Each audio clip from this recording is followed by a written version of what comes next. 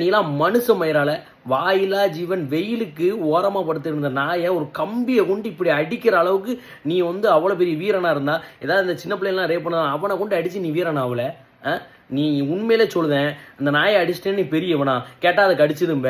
ஏதாவது 1-2 இடத்துல ஏதாவது நம்ம சிலுமிசம் பண்ணால் மட்டும் தான் நாய்க்கு அடிக்கும். அப்படி இல்லையா, நாய்க்கு வந்து ஏதாவது பாதிப்பு ஏற்படும். அந்த நாயை வந்து நீ அதுக்குன்னு எல்லாம் ப்ராப்பராக இருக்கக்கூடிய விஷயங்கள் இருக்காது. நாங்கள் ஃபோன் பண்ணி சொன்னேன்னா அவங்க வந்து பிடிச்சிட்டு போகிறாங்க. நீ எப்படில அடிக்கலாம்? நீ எப்படி அடிக்கலாம்? நான் இன்னொன்று கேட்க, அந்த இடத்துல நாய் இருந்ததா ஏன் நீ அதுக்கப்புறம் நீ அடிச்சிருக்க மாட்டேன். நீ என்ன இருப்பேங்கிறத நான் சொல்லுவேன். நல்லா தெரிஞ்சுக்கோல. இந்த விஜய் சித்து, அதுக்கப்புறம் எவ்வளவோ பேர், அந்த அண்ணம்லாம் ஒரு நாய் ரோட்டில் வாழாட்டுன்னு சொல்லி தூக்கிட்டு வந்து வீட்டில் வச்சு வளர்த்துட்டு இருக்காரு. அதெல்லாம் பார்த்துமால நீங்களாம் இப்படி இருக்கீங்க? மனசாட்சியில் அந்த நாயை அடிக்க உனக்கு எப்போ மனசு வருது?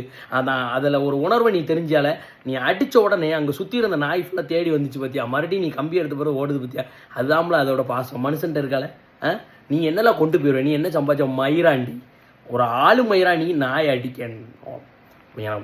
நீ மட்டும் மவனை இருல.